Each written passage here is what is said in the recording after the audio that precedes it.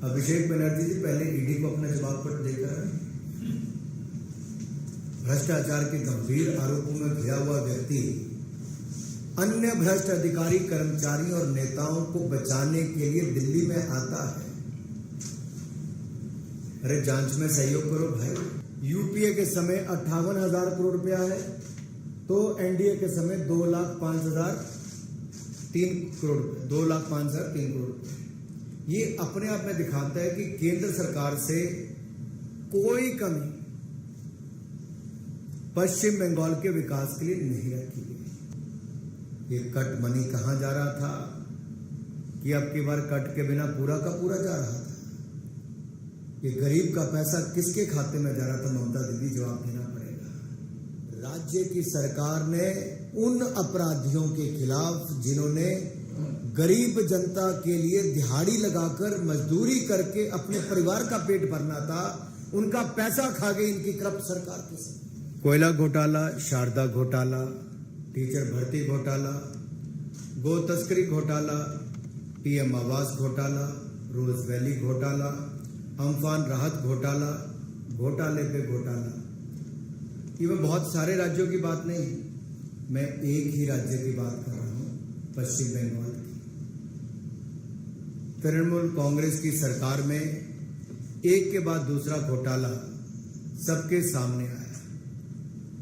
आपने 3 फरवरी 2019 को देखा होगा जब पश्चिम बंगाल की मुख्यमंत्री जांच में अभियान पैदा करने के लिए खुद धरने पर बैठ जाती हैं और आज 2 अक्टूबर 2023 को एक भ्रष्ट सांसद जो गंभीर आरोपों से घिरे हुए हैं, उनके नेतृत्व में हवाई जहाज से अपने कुछ नेताओं को उस भ्रष्टाचार के मामलों को दबाने के लिए और ध्यान भटकाने के लिए, उसको अलग विषय बनाने के लिए देश की राजधानी दिल्ली भेजती है। चुना भी कौन, जो स्वयं ईडी के दफ्तर के चक्कर काट रहा है, जो गंभीर भ्रष्टाचार के आरोपों में घिरा हुआ है। लेकिन बदले में आरोप क्या लगाते हैं कि पश्चिम बंगाल को केंद्र सरकार से Mahatma Gandhi National Rural Employment Guarantee Yojana में पैसा नहीं, प्रधानमंत्री आवास योजना में। मैं कुछ आंकड़े आपके सामने रखना चाहता हूं जो दूध का दूध, पानी का पानी करता है। अगर आप एक नजर केवल इस आंकड़ों पर डालेंगे तो इसे स्पष्ट पता चलता है कि भारत सरकार ने क्या क्या दिया है। अगर मैं बात करूं एमजी नरेगा की, तो यूपीए के शासनकाल में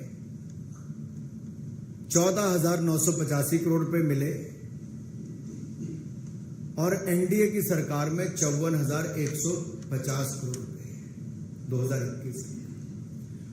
इसी तरह से ही प्रधानमंत्री आवास योजना में यूपीए के समय 4,466 करोड़ रुपए मिले तो एनडीए के समय 30,000 करोड़ रुपए, लगभग 7 गुना से ज्यादा। अगर एनआरएलएम की मैं बात करूं, बैंक लिंकेज की, नेशनल लाइवलीहुड मिशन की, तो मात्र 626 करोड़ रुपए मिले थे यूपीए के समय, आज 74,034 करोड़ रुपए मिले, 12 गुना से ज्यादा। एनआरएलएम की बात करूं मैं, आरएफ और सीआईएफ की, तो यूपीए के समय मात्र 23 करोड़ रुपए मिले थे, अब 3,735 करोड़ रुपए मिले, 13 गुना से ज्यादा। इसी तरह से ही अगर वित्त आयोग की राशि की बात करूं तो 3,270 करोड़ रुपया यूपीए के समय मिला और एनडीए के समय 25,000 करोड़ रुपए के लगभग 8 गुना ज्यादा। आरजीएसए की राशि 41 करोड़ यूपीए के समय, हमारे समय 227 करोड़। आंकड़ा कुल मिलाकर देखिए, यूपीए के समय 58,000 करोड़ रुपया है तो एनडीए के समय 2,05,003 करोड़, 2,05,003 करोड़ रुपए। ये अपने आप में दिखाता है कि केंद्र सरकार से कोई कमी पश्चिम बंगाल के विकास के लिए नहीं रखी गई। लेकिन ऐसा क्या हुआ कि ममता बनर्जी जी को अपने कुछ भ्रष्ट सांसद और कुछ ऐसे नेताओं को भेजना पड़ा जो भ्रष्टाचार जमीन पर चल रहा है, उसके ऊपर पश्चिम बंगाल में कार्रवाई नहीं हुई, लेकिन उस पर लीपापोती करने के लिए अपने कुछ नेताओं को यहां पर भेजा है। राज्य की सरकार ने उन अपराधियों के खिलाफ जिन्होंने गरीब जनता के लिए दिहाड़ी लगाकर मजदूरी करके अपने परिवार का पेट भरना था, उनका पैसा खा गई इनकी करप्ट सरकार के समय। अरे गरीब के हक का तो छोड़ दो, शारदा नारदा रोज वैली में नहीं छोड़ा, टीचर घोटाले में नहीं छोड़ा, कोल घोटाले में नहीं छोड़ा, मनरेगा में तो छोड़ देते। अब यहीं भी नहीं रुके। पहली बार हुआ जब से मनरेगा की योजना चालू हुई कि इसमें जो सेक्शन 27 है महात्मा गांधी नरेगा एक्ट का, उसके अंतर्गत कार्रवाई की गई और उनको पैसा रोका गया। जब देखा कि 2-2 साल बीत जाते हैं, पश्चिम बंगाल की सरकार कोई कदम नहीं उठाती है, तब जाकर ये कदम उठाने पड़ते हैं। लेकिन गरीबों का केवल मनरेगा का पैसा ही नहीं खाया, गरीबों का आवास भी, जिसके पास 2 मंजिल का घर, 3 मंजिल का घर, उसके नाम पर घर अलॉट कर दिए। देखिए, आजादी के बाद आज तक कोई सरकार अगर ऐसी आई जिसने 4 करोड़ गरीबों को पक्के मकान बनाकर दिए तो नरेंद्र मोदी जी ने बनाकर दिए, भारतीय जनता पार्टी एनडीए की सरकार ने बनाकर दिए। लेकिन वहां पर भी गरीबों का हक मारने में तृणमूल कांग्रेस की इस सरकार के पूरे आशीर्वाद के चले।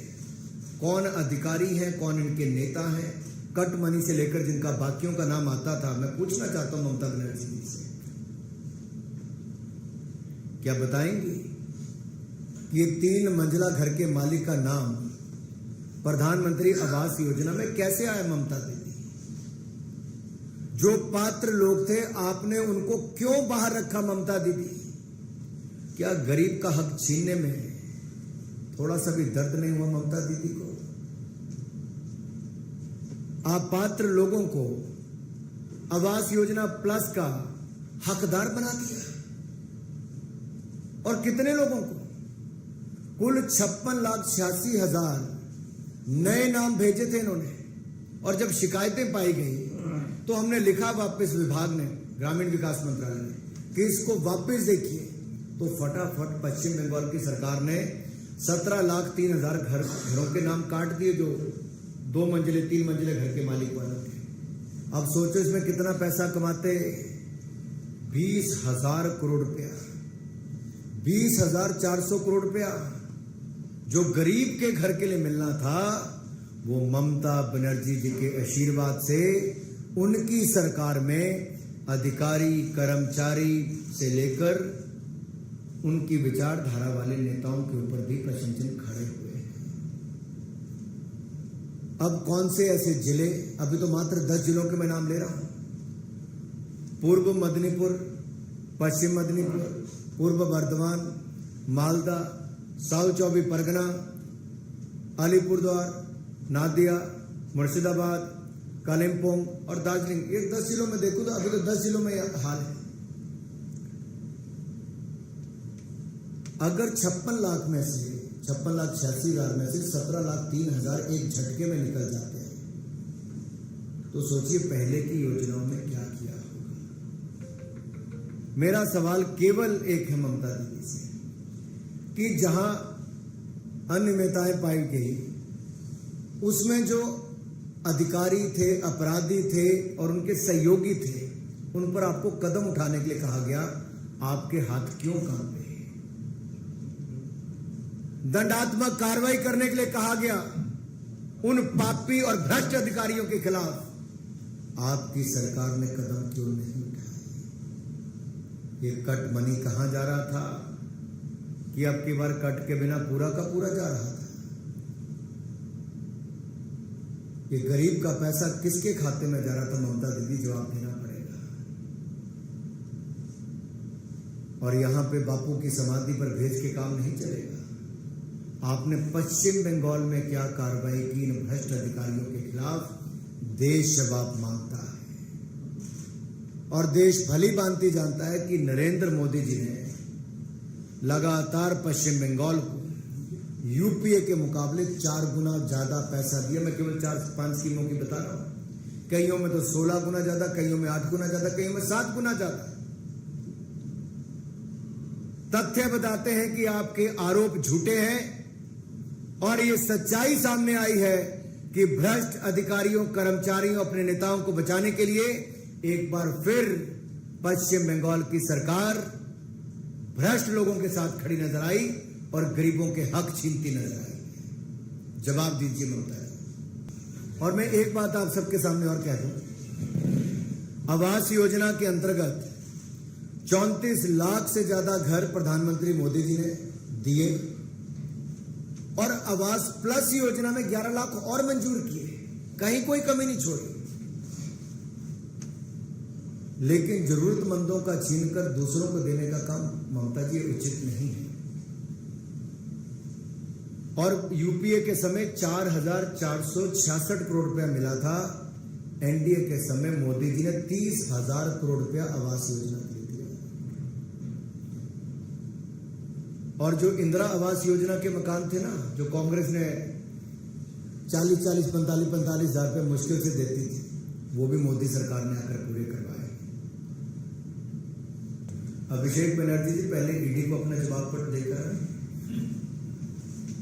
भ्रष्टाचार के गंभीर आरोपों में घिरा हुआ व्यक्ति अन्य भ्रष्ट अधिकारी, कर्मचारी और नेताओं को बचाने के लिए दिल्ली में आता है। अरे जांच में सहयोग करो भाई।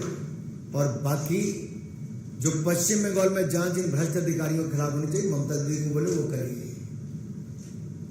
राजनीतिक रूप से लड़ने में भारतीय जनता पार्टी सक्षम है और आगे भी रहेगी। लेकिन पश्चिम बंगाल को बम, बंदूक इसके नाम से जाना जाए, ये उचित है। मैं पूछना चाहता हूं, जितनी योजनाओं के पैसे पश्चिम बंगाल को मिले, सबसे पीछे रहने वाले राज्यों में से पश्चिम बंगाल है, जहां पर योजनाएं पूरी नहीं होती। चाहे जल जीवन मिशन के आंकड़े उठाइए, बाकियों के उठाइए। छोटे छोटे पहाड़ी राज्यों तक ने जो काम पूरा कर लिया, आज तक वो पश्चिम बंगाल एक जिले में नहीं कर पाई। राज्य तो छोड़िए, क्या हालत कर दी है पश्चिम बंगाल की। अरे 2 गरीब मेरे भाइयों बहनों को लेकर आए, मैं पूछता हूं, शर्म आनी चाहिए लोगों को। ये जो फर्जी आंकड़े 17 लाख घरों के डाले गए थे, जो 2 मंजिला 3 मंजिला घरों के मालिक है, तो क्या अभिषेक बनर्जी और ममता दी, क्या इन 2 भाई बहनों के नाम उसमें थे कि नहीं थे?